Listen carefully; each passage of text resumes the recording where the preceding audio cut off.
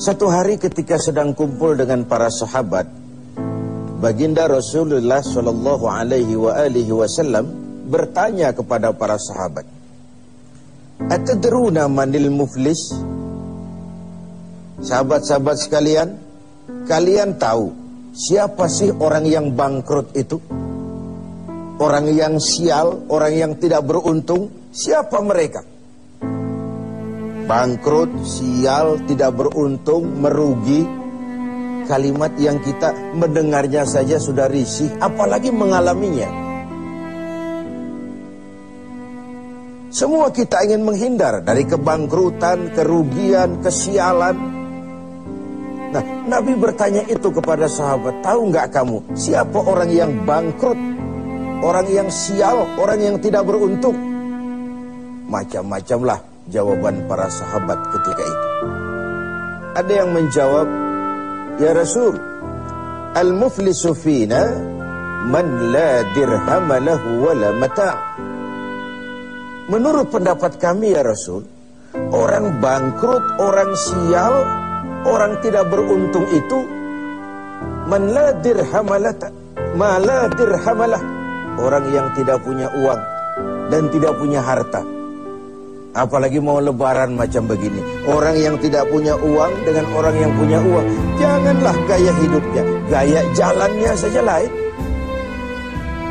Uang tuh katanya raja, katanya. Lidah yang paling fasih untuk bicara, uang. Senjata yang paling ampuh maju ke medan perang, uang. Urusan macet dibicarakan dengan lidah, bicarakan dengan uang. Tokcer. Meriam pun tidak akan bunyi kalau ditutup dengan uang.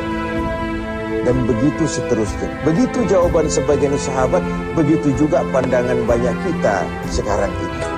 Begitulah memang bahwa materialisme, hedonisme menggiring kita untuk menilai seseorang dari penampilan.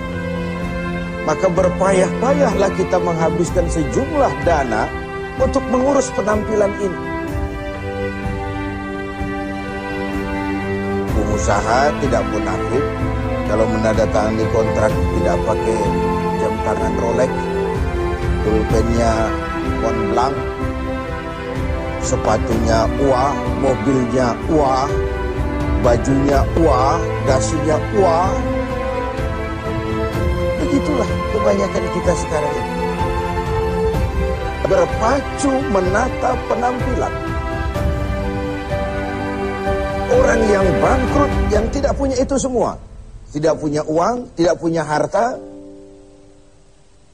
hidup cuma sekedar mengumpulkan keinginan-keinginan dan seterusnya. Mendengar jawaban ini, Rasul senyum. Enggak, bukan itu orang bangkrut. Bukan yang tidak punya uang, bukan yang tidak punya harta. Innal muflisa min ummati, orang yang bangkrut, yang sial, yang rugi dari golongan umatku sendiri. Renungkan ini, umatku. Tidak usah cerita Yahudi, Nasrani. Umatku yang akan bangkrut. Siapa mereka? Mayati yaumal qiyamah bisolatin wa siyamin wa zakatin. Yaitu orang-orang yang besok di hari kiamat dia datang menghadap Allah dengan membawa pahala solat. Tuhan, inilah pahala solat saya, karena memang di dunia dia tukang solat.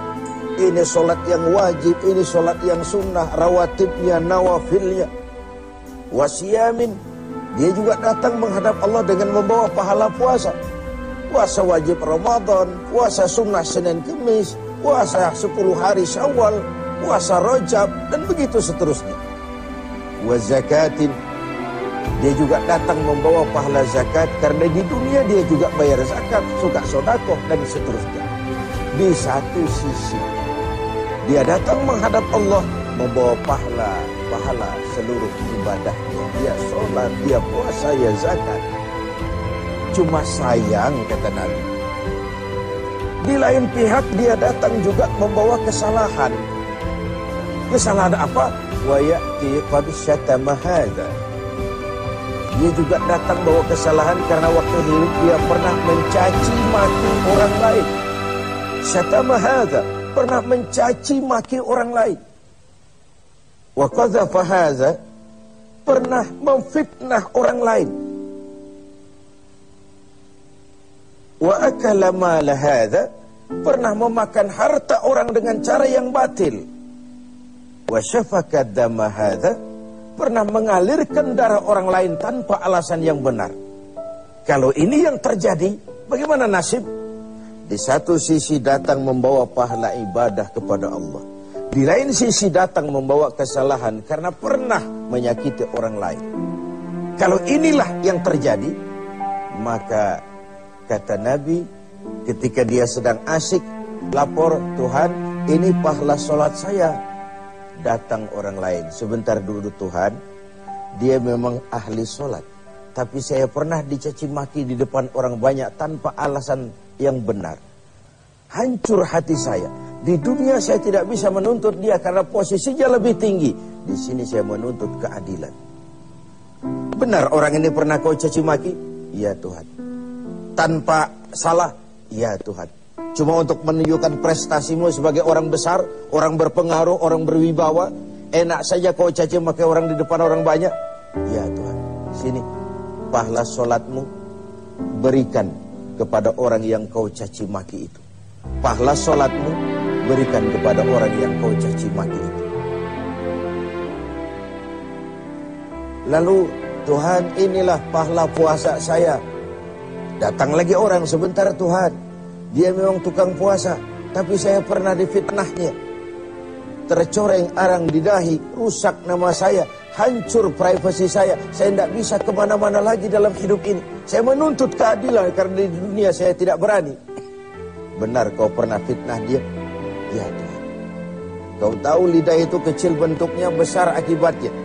Akibat ulahmu memfitnah dia, hancur namanya, tercoreng arang di dahinya. Kemanapun dia pergi tidak sanggup lagi mengembangkan diri.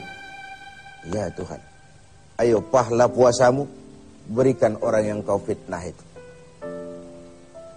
Tuhan, ini pahala zakat saya. Datang lagi orang, sebentar Tuhan, dia memang bayar zakat, tapi dia pernah memakan harta saya dengan cara yang zalim, menggelapi uang negara, menggelapi uang anak yatim, menggelapi uang wakaf dan lain sebagainya.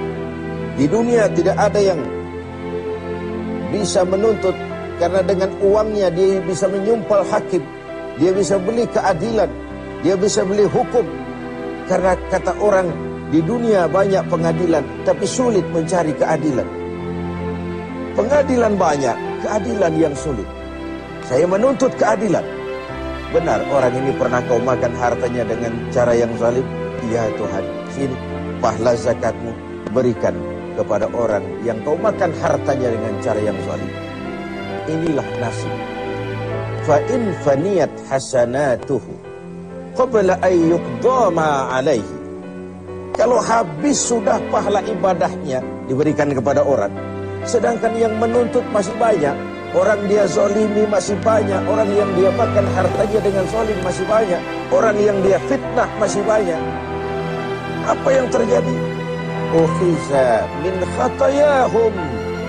Kesalahan dan dosa orang yang dia fitnah, dia caci maki, dia makan hartanya, diambil, diberikan kepadanya. Dan pada akhirnya summa turihatin nar, diberikanlah dia, dilemparkanlah dia ke neraka. Sudah pahala dipreteli, dosa diberikan pula. Ini kan bangkrut, ini kan sial namanya, ini kan tidak beruntung namanya. Ibarat orang dagang, sudah modal habis, tagihan utang masih datang terus. Wajar kalau akhirnya kita terkena perkara. Oleh karenanya, kita melakukan introspeksi, evaluasi.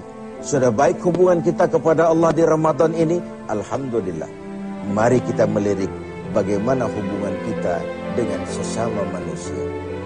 Semoga evaluasi ini memberikan sebuah arah yang memperbaiki hablum minallah dan hablum minannas kita. Hubungan vertikal dan hubungan